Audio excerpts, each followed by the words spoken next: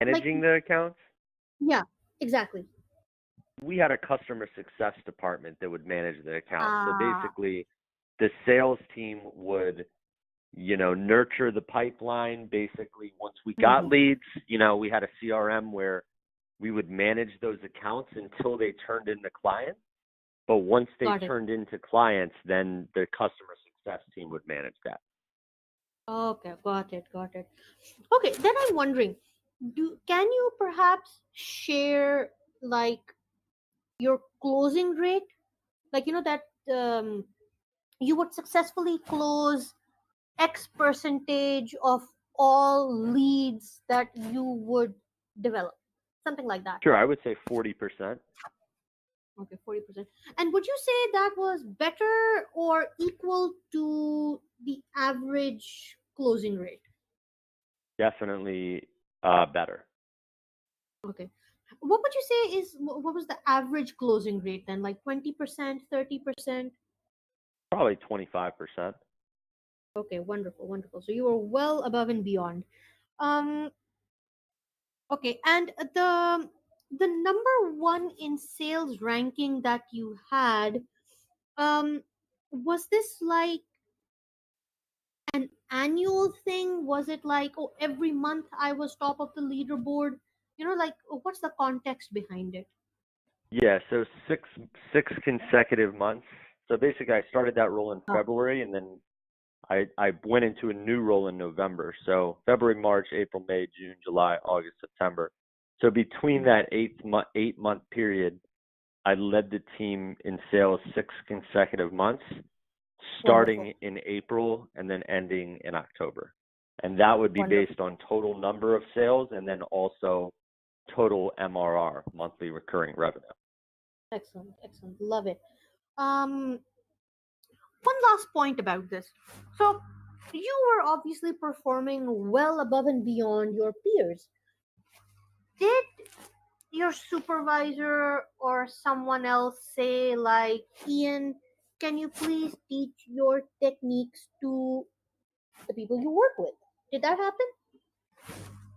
Yeah, I mean, I definitely act as like a mentor role to like some of the new reps. I didn't, I never managed the sales team just because like I didn't really want to step into that position, but I was definitely Uh-huh. asked to like mentor and provide like, training and insights to the newer reps and the people that were on the team. I Mm-hmm. helped like write our sales scripts and Wonderful. like modify, stuff like that, and worked with upper management to kind of put some of that stuff together. When you say upper management, which positions are we talking about? Like manager, director? Like, the co-founder. Oh, wow. Okay, that's pretty high up. That's amazing. Yeah, and then I'd also Nice which one. work with the sales manager as well. So like the co-founder and sales manager to put some of those like processes in place. Mm-hmm. And I Mm-hmm. did that more so when I was in the sales role before getting like into my new position. Mm-hmm. But yeah, that's definitely something that, I helped out with. Wonderful. That's excellent. Okay, so we've talked about that. We talked about that. Your annual revenue, your targets. I don't suppose you remember how many new leads you were bringing in every month. Like, would you have a number for that? I have no idea because Okay, no problem. a lot of the leads that were generated were like through our website. Oh, Some were like, if they weren't through the website, they were through our email marketing. We also ran Facebook ads. So it was really tough to like figure out like how many leads we were generating on a month by month basis. makes sense. Because, and I imagine, like, because they're coming in from so many different sources, you can't exactly pinpoint, like, oh, this came from Ian, or this came from Mark, or this came from whosoever. Exactly. I mean, like mainly like in the sales role, we're Hmm. our number one responsibility is closing, but obviously that's going to come from, bringing in other leads and then also we got a lot of warm leads too. So, but I just don't know the number. Hmm. Okay, that makes sense. Okay, so obviously it was your excellent performance that led to your promotion.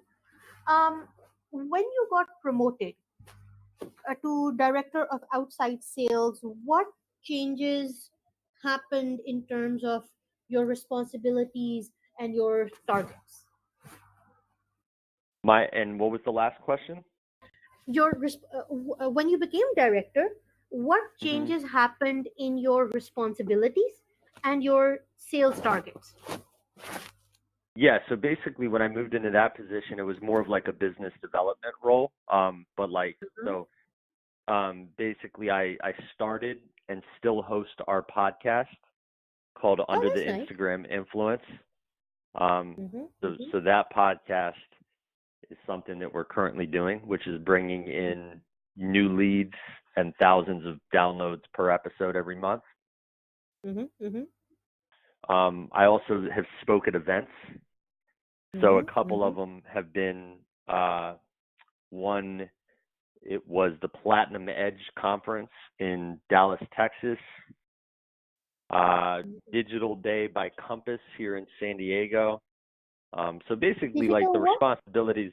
Excuse me. Can you repeat that last name? Digital. Uh, Digital Day. oh, The Digital name of the Day. company that brought it on is Compass. Compass. Okay, great. Thank you. Yeah. So the responsibilities were targeting events and speaking opportunities to talk about our services Mm-hmm. Hmm. and convert into sales. Coming up with new ways to generate leads and build the brand. So I've done that through the podcast, which we currently host. Hmm. And then I created our partner sales program as well, which we haven't done a lot with. But basically, what we're doing with that is just creating an affiliate program Hmm. with people, our top basically creating help put together it's called our partner program. Hmm. Okay. Um, let's talk about the podcast first. So, Sure. was this a completely new thing for them that they said, Ian, please set it up, get it started, get it running? Yeah, I put together the whole thing. Was it easy or difficult? Um, I mean, it's definitely a process to put it together. I've hosted other podcasts in the past, so I I think that remember. that helped. But, Hmm.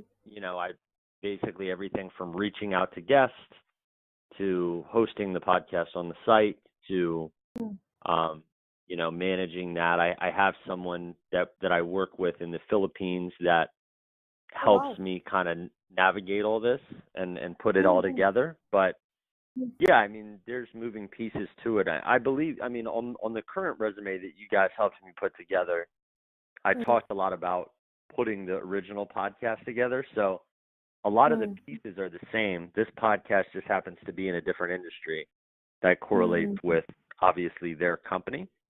Yeah, But yeah, I mean, it's something that I kind of headed and took have control of experience and in. brought it together. Yep. Yeah, yeah. Um, how big is it right now? Like, how many downloads in total? Or like, how many followers do you have? Like, how do we quantify the listener base as it is? Sure. Well, we just started it less than 3 months or about 3 months ago, so it's still Oh, pretty new. Um, oh. we've done over 20 episodes, Hmm. and we're doing like a few thousand downloads per episode.